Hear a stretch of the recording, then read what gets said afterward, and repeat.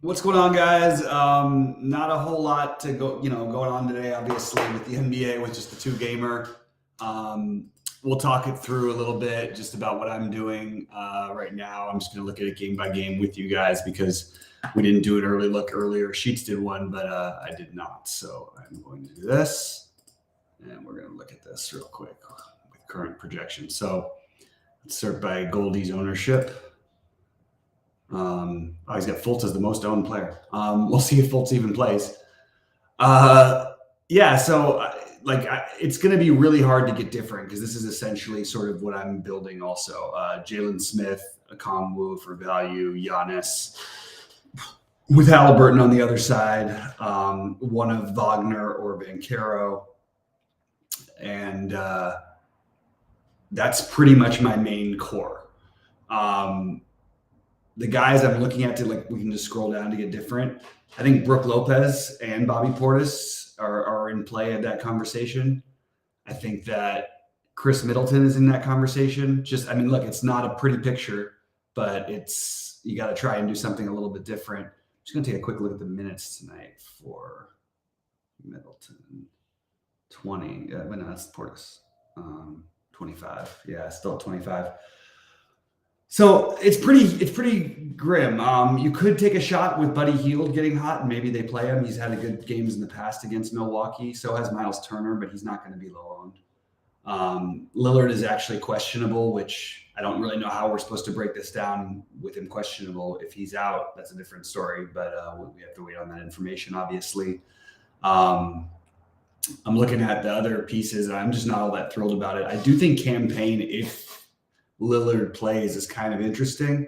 You can get really low ownership on him, and Lillard may play a little hobbled or a little less even. So you could see, Cam Payne getting extra minutes.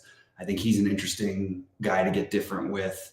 I mentioned Hield, both Middleton, all of Middleton, Portis, and Lopez are pretty logical ones.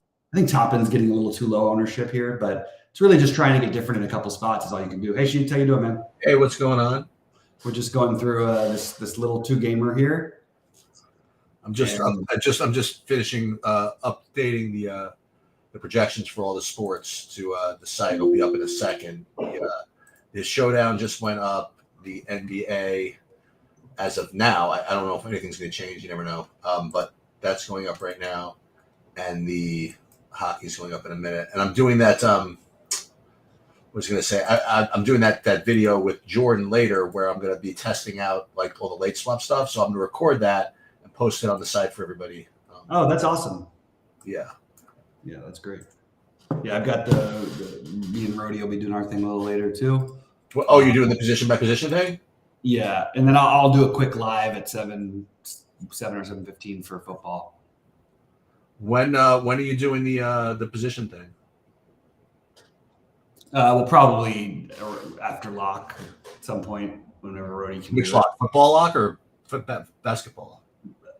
Football, but yeah, I'm honestly, I've been having this. It's been crazy windy here, and I thought it was just allergies, but it's been starting to get into my sinuses, and I'm not feeling so hot, so I'm a little slower today. But then again, a day at the DMV will do that to you also, so it's hard to know. Anyway, so I was talking about it's hard to get different from the talk today. I'm having a very hard time finding builds that I like without getting different. So I was sort of going through a list of players that we could use to potentially get different, that have the upside to possibly use with the what seems like pretty good chalk as of right now. Well, let me take a look. So I presume. Let me just pull it up. I presume what's considered good chalk would be Okongwu. What? No, I just mean you're not going to be able to put together a lineup with sub 10% owned players. Everybody double digit owned. Well, let's start with this. Let's start with Giannis is 10 points projected 10 points higher than the next guy. Do you think you have to use him? I don't think you have to use any of these guys. I'm just saying that you're not going to find a different pivot that gets you off of another chalky build. Right. if you don't do it, then everybody else is going to be who's not doing it will do it that way. Giannis is only projected to be owned by half the field. That's kind of surprising to me. I think he probably will be owned a little bit more. I think Halliburton is, right there though, and I think that you play those guys and you live with the results, especially coming off of the bullshit ejection last night for Giannis. I saw that, by the way. It's just that's a little ridiculous. People pay to go see them at home. Like, it's ridiculous. I'm not there for that. Scott's saying that his build's coming in super heavy on the second game. Does that feel right, or is it the chalky route that I should try to get different from? No, I think that is right. I think the right thing is the first game is actually, to me, more appealing. But, it's just in terms of salary, because I like Giannis and Halliburton.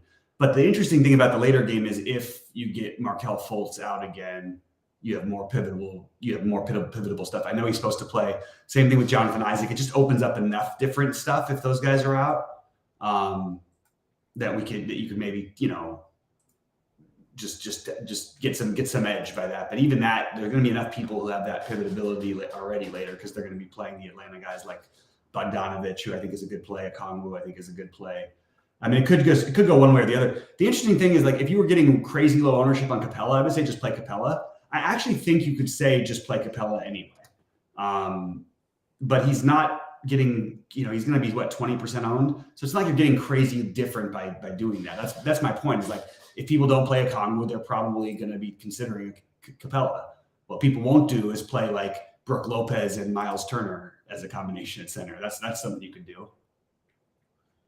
One guy that I'm seeing at low ownership is Buddy Hield. He's not a 14-game slate kind of guy, but if he's really like sub 10%, maybe even sub 5. Yeah, he's one of the ones I thought was an interesting one. The problem is that he's not going to play that many minutes, almost hardly ever. He's their 8th man. He's really their 6th man, but they play Nesmith just about as much as him. They play Nembhard a few minutes less than him. They played Jalen Smith just a little less than him. They play TJ McConnell a little bit. It's just, I don't know. It's hard. They just had a lot of bodies in Indy, but you are getting the back-to-back for both of these teams. Maybe there's an angle to playing one of either. I mean, I think Hield's a good one, but I think you could throw Nesmith into the conversation also as a good potential get different guy. Jalen Smith is not a get different guy, but I like Jalen Smith. But if people are going to play him that much over Toppin, maybe that's one way to get a little bit different. And I think that makes a lot of sense. I think Bobby Portis, though, the more I think about it, I like him better than Brook Lopez. It's a back-to-back for Brook Lopez, and he played 26, 28 minutes last night. He's not a guy who tends to play a ton of minutes on back-to-backs, and it seems more like a speed game, so Bobby Portis might thrive there. I think Bobby Portis is a pretty good play, actually, to get different with. I think Portis, and I like the Hield idea, or Nesmith, but those three seem to stand out to me as 3 guys we can get different with. And by the way, Anthony Black, who's not projected to be owned at all, of course, will be owned if Fultz is out. But maybe gamble on something like that. Maybe gamble on that Lillard is going to try to play but banged up, and you play a little bit of campaign anyway, something like that. These are the kind of decisions I think that you just try to make, like 1 or 2 of these per your lineups, depending on the size, to go with the chalk that you like, which for me is mostly the high owned chalk. You know what I mean? It's mostly going to be the Bogdanovich, one of Jalen Smith or Toppin, Halliburton, and Giannis as a baseline for me. What do you think about the idea, like you're saying, of? By the way, I'm not seeing Toppin as highly owned at all. That's the pivot off of Jalen Smith. I was going to say is when I mentioned Buddy Hield, you're like, well, it's possible that Nesmith plays more. Maybe you could do a thing like either one of those two, like either Hield or Nesmith or something like that. Yeah, like Hield or Nesmith, because also to speak to that Hield or Nesmith point, Benedict Mathurin played his best game of the season last night, played 38 minutes, and they won pretty easily. So it's kind of weird that he played that many minutes on the front end of the back-to-back. But that's kind of a signal right there that he's definitely not going to play more than 24 minutes, probably, to me. So I think the minutes, and let's see what he's being projected for. I mean, because that's what's been killing these guys is one of these guys gets hot, But why can't it be Neesmith? I mean, it was him last night. Why can't it be one of Neesmith or Buddy Hield, like you said before? I think that's actually probably the way to go. I'm just going to look at the minutes projection here because I think that's important for Indiana. You get into like a whole bunch of different stuff on just 2 gamers than you do on the big ones. Right, it's true. So let's just see. So they've got Mathurin at 30 minutes, 29.88. I will bet anything that Mathurin plays under 29 minutes. I'd be willing to bet like anything anybody wants right now. Like I just don't see it happening. And I could be wrong. I'm going to be wrong about these sometimes, but like he's a second-year guy who's 21 years old, if he's even 21 yet. And they have a ton of bodies at the position. There's no reason to overexert him on a back-to-back. Yes, you're trying to win games, but he's not necessarily the better player between Hield. And by the way, Hield has lit up this Milwaukee team a couple times in the past. I think we've talked ourselves into a way to maybe get different. I think I like this Hield or going with at least one of Hield or Neesmith or Toppin maybe. Making sure you have exposure to one of those guys in your lineup, I think is probably a good idea as a way to get different. Maybe play like a Congo and Capella together or something like that. I think you're asking because the problem is, well, actually that's not such a, that might actually not be the worst idea. It's something different. I don't know. Yeah. I like the Bobby Portis thing too. I think I made a pretty good case there for that with the also the back-to-back for Lopez, but not just Lopez. Like this feels like a Bobby Portis can go nuts game. It also feels like Indiana, almost all of their games are blowouts. They either get blown out by 50 or they win by 50. Right. Why can't this be one of those games? And Bobby Portis, 50 off the bench, 50 fantasy points off the bench with 30 real life points. That seems totally doable. Yeah. And another guy who was gonna, where's Jay Crowder being owned tonight? Not always. They've been playing him recently. Yeah, he's got low, but he's gonna have low ownership tonight. That's something you could do. I don't know if I love him on the back-to-back thing though. It all speaks more to Bobby Portis to me, maybe, more than anything. Yeah, Crowder played 37 minutes last night. That's scary. I would again probably be away from that a little bit. Beauchamp played 26 minutes, but that was because Giannis got ejected. Man, if he played 26, I would do that. Oh, Brody is out. You playing? I'll do it with you. What time? No, it's all right. We're gonna do it. We're just gonna do it in the morning. Oh, okay. I mean, I'm here. I'm here. No one's here with me tonight. So. Oh yeah, no. I honestly, to me, the idea of not doing it tonight sounds a little better because I don't feel. Oh, okay. I was kind of happy that he just wrote that. Yeah, I'm doing that thing at 7. I'm doing the thing with what's name at 7:30 because I wanted to the games to start so that we could practice the late swap stuff.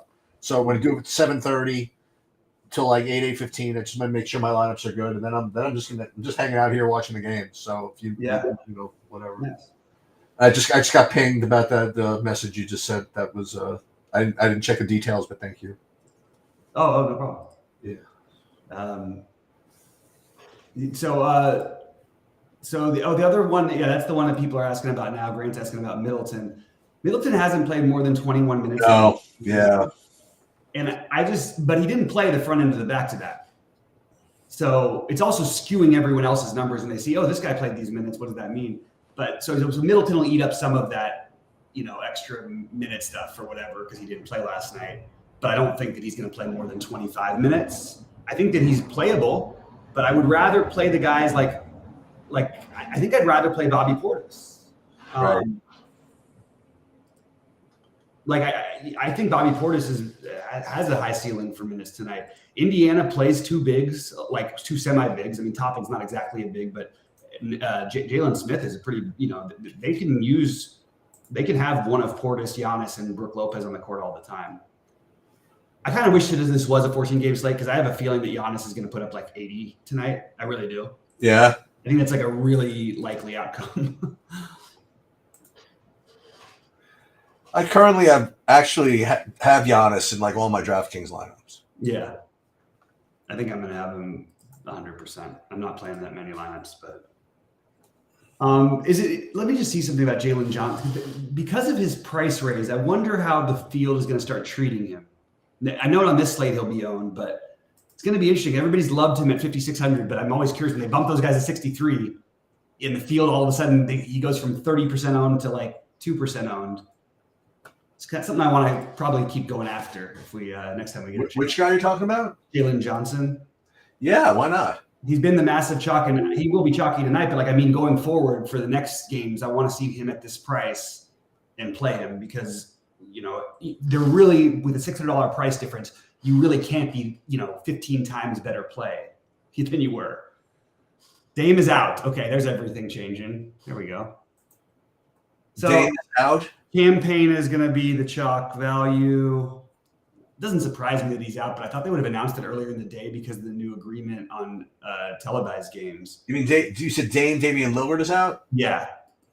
Oh wait, no. He wrote Dame out. So is that official, Paul? Let me see. I don't have the alert yet. Let me just double check. NBA.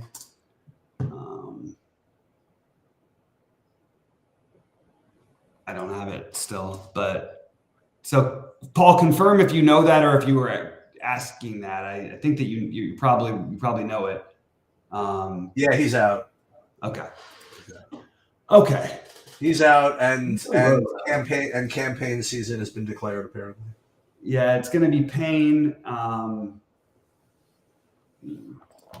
Okay. Well, I'm going to stop sharing my screen and just talk through this. Yeah, so I'm going to have to redo all these. Yeah, so it's going to be Campaign is going to project well. I think all the other guys will. I think this is also, again, when we get back to the other thing, this is also a boost to Bobby Portis because usage can be a thing, which it wasn't going to be with Dame, Middleton, and Giannis really, but with just the two, with just Middleton for 20 whatever minutes and then Giannis, I think you're going to see Portis more involved. I just like the ceiling side for Portis in this matchup. So the other ones that are going to be more in play are Pat Connaughton. He'll be an interesting pivot off of Payne, although I think some people will play both of them. And I'd be curious to see what they put out there for the starting lineup. I also am worried about how much Jay Crowder is going to play on that back-to-back. So I'm trying to give a boost to these other Milwaukee guys, but I don't really know. I guess Beauchamp, Connaughton. It really is Connaughton, Payne. Obviously, everybody else gets a boost as well. Beasley, but now the idea of Giannis being 45% owned is a pipe dream. Yeah, it's like 90%, if not higher. If not 105%. So that's gonna be the big thing, I guess. I didn't even know Campaign was on Milwaukee. Yeah.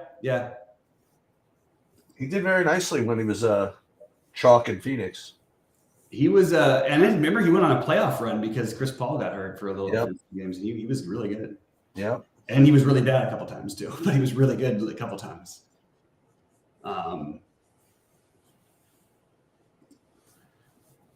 It's interesting. I'm curious who they end up. I think they'll start Payne, but they really don't need to start it. Like when you're playing Giannis, you don't really need a point guard. You know what I mean?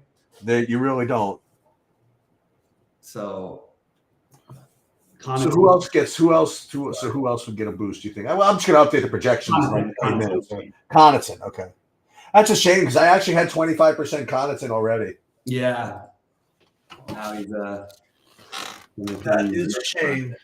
It's a good matchup for Connaughton because it's fast paced. You mean? Yeah, it just gives him an opportunity to do stuff. Right. If he doesn't start well, it's risky. I like the idea of playing like Payne and Portis if Payne and Portis both aren't starting.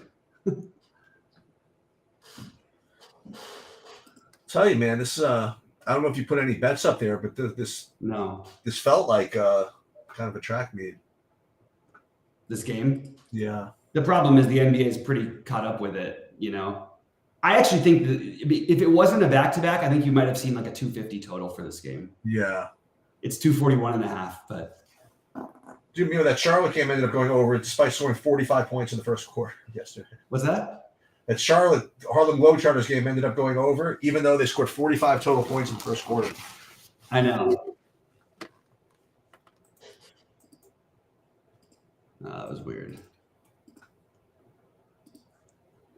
So, this is a kind of a good game here. It's pretty funny because I look at the Vegas line and I think Vegas was trying to tell us that they knew Dame would be out. It was 2 points for Milwaukee, which actually is pretty close but they're both playing back-to-backs and Giannis didn't play half the game basically. Yeah. So I don't know. Yeah, this is going to be, and it's too bad I said that before, but Giannis is getting 75 or 80 tonight at least. There's no way it's going to happen. No way. I don't see a way not to play him. I really don't. But if you do, you will be different. That's true.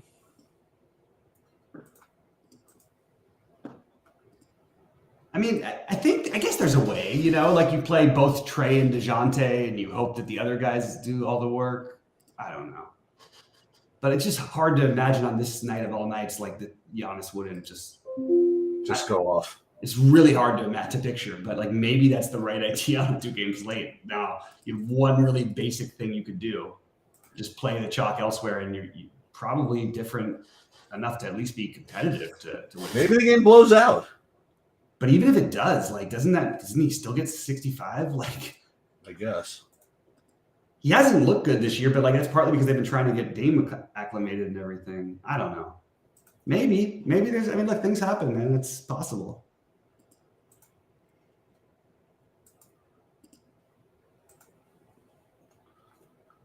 Putting up these.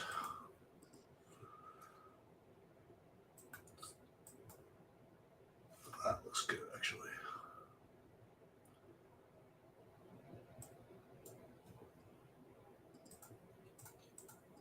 It's pretty stupid that the NBA didn't. I mean, this is a day where you have TV games only. How can you? I guess this might be NBA TV. You know what? It might not be TNT tonight. I think the NBA. So that's actually probably why they could announce it this late. I'm pretty sure if the game was on TNT, they wouldn't be allowed to announce this late unless there was something flared up or something. All right, so I think what I should probably do is get out of here so that I can run your stuff. Yeah, so I could do the new stuff without the Dame. I'll give it a few minutes and then. Yeah. I'll post an update of some of my exposure after I have the info in before.